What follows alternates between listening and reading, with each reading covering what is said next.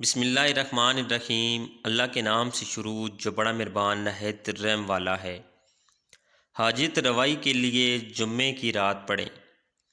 اگر کوئی ایسی جائز حاجت جس کی جلدی پورے ہونے کی خواہش رکھتا ہو، جس کے بارے میں وہ بہت زیادہ کوشش و جدوجہد کر رہا ہو، تو اسے چاہیے کہ وہ جمعے کی رات کو نماز عشاء کے بعد 4 رکعت نفل نماز اس طرح سے پڑھے کہ ہر رکعت میں سورہ فاتحہ کے بعد 21 مرتبہ آیت کریمہ لا الہ الا انت سبحانک انی کنت من الظالمین پڑھے۔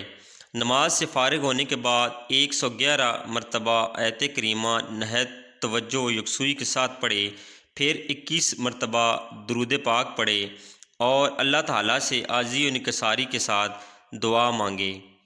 بفضل اللہ تعالیٰ بہت جلد اس کی حاجت پوری ہو جائے گی۔